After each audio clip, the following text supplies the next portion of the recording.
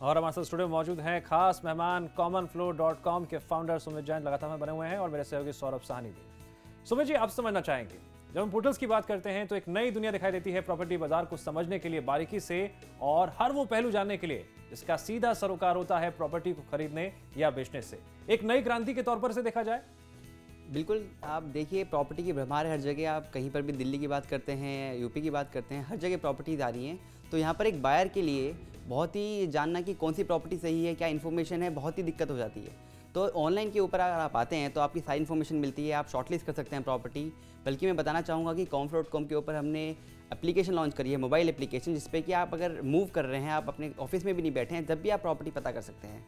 Map search ऐसी feature आई हैं जिसमें कि आप पता कर सकते हैं कि आप जहाँ रह रहे हैं उसके आसपास कौन सी प्रॉपर्टीज आ रही हैं। तो ये सब टेक्नोलॉजी है, ऑनलाइन है, जिसकी वजह से आप घर पे बैठ के डिसाइड कर सकते हैं कि कौन सी प्रॉपर्टीज अच्छी हैं, कौन सी ख़राब हैं। जब आप बाहर देखने जाते हैं प्रॉपर्टीज, तो आपको पता होना चाहिए कि आपको 2 या 3 प्रॉपर्टी देखनी है, ना कि आपको बस पूरे अपने वीकेंड्स या वीकडेज ख़राब करने हैं। वाकई में बहुत आपने अहम पॉइंट हमें बताया है। सौरभ, जब इंटरनेट की दुनिया को हम खोजते हैं तो कई ऑप्शंस हमें दिखाई देते हैं। अब प्रॉपर्टी बाजार भी अछूता नहीं रहा है इस इंटरनेट की दुनिया से। आपको सिर्फ एक क्लिक करना है माउस पे और उसके बाद प्रॉपर्टी की सारी दुनिया आपकी आंखों के सामने। जी दिव्यांश, मैं बता दूं, आज की डेट में आदमी इतना व्यस्त हो चुका है, उसका शेड्यूल इतना बिजी रहता है कि उस पर अगर वो अपना टाइम वेस्ट करेगा 1.5-2 महीने प्रॉपर्टी सर्च करने में, तो उसका नुकसान इतना नहीं होगा जितना वो सोच भी नहीं सकता।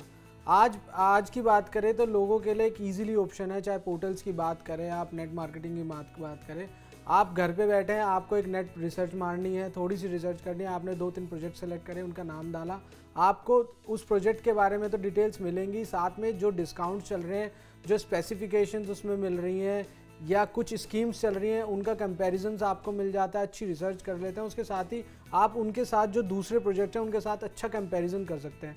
मैं आज से 5 साल पहले की अगर आपको बात बता दूं, जो प्रॉपर्टी सर्च करने जाते थे, जब चाहे आप ग्रुप हाउसिंग की बात करें, तो जितने भी लोग हैं, जो भी कस्टमर्स हैं, वो रिसर्च करते थे, उनको कम से कम पहले जाना पड़ता था, साइट पे देखते थे, वहाँ पर आसपास ब्रोकर्स के पास बैठते थे, वहाँ से रिसर्च करनी पड़ती थी।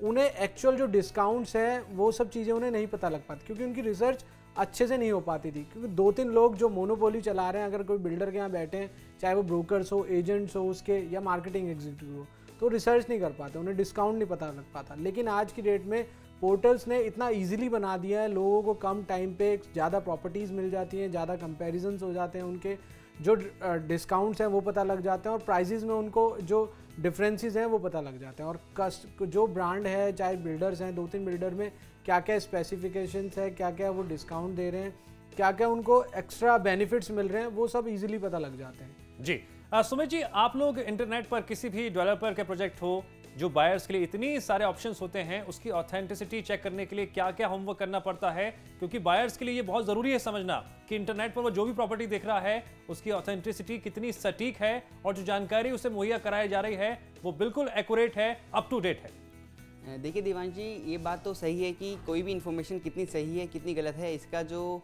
100% एक्यूरेसी पता करना बहुत ही टफ है। पर एट सेम टाइम हमारे प्रोसेसेस पूरे बिल्ड होते हैं जिसमें कि हम हर एक इन्फॉर्मेशन को वेरीफाई करते हैं थ्रू ऑल मीडियम्स पॉसिबल, चाहे वो ईमेल हो, चाहे वो इंटरनेट हो, चाहे वो फ़ोन हो, चाहे वो फिजिकली विजिट करना हो।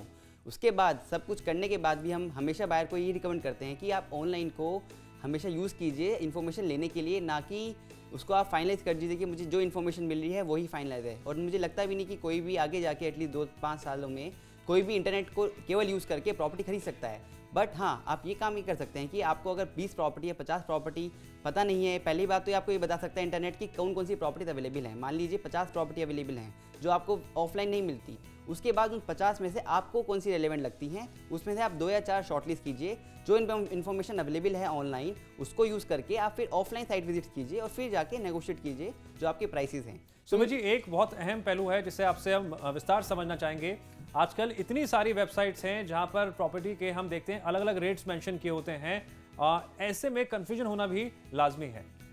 क्या आप सजेशन देंगे बायर्स को कि वो प्रॉपर्टी की जब साइट देखते हैं तो किन किन बातों का विशेष रूप से ध्यान रखें? देखिए, प्राइस जो है बहुत ही इंपॉर्टेंट इन्फॉर्मेशन है, बट प्राइस एक इन्फॉर्मेशन है। बाकी उसके अलावा लोकेलिटी, आसपास एमिनिटीज़ कि आप अगर प्रॉपर्टी खरीद रहे हैं तो उसके आसपास हॉस्पिटल है नहीं है, या फिर वो आपके ऑफिस से कितना दूर है, ये सारी इन्फॉर्मेशन बहुत ज़्यादा इंपॉर्टेंट होती है और ये ऑनलाइन काफ़ी अच्छे से एड्रेस हो सकती हैं।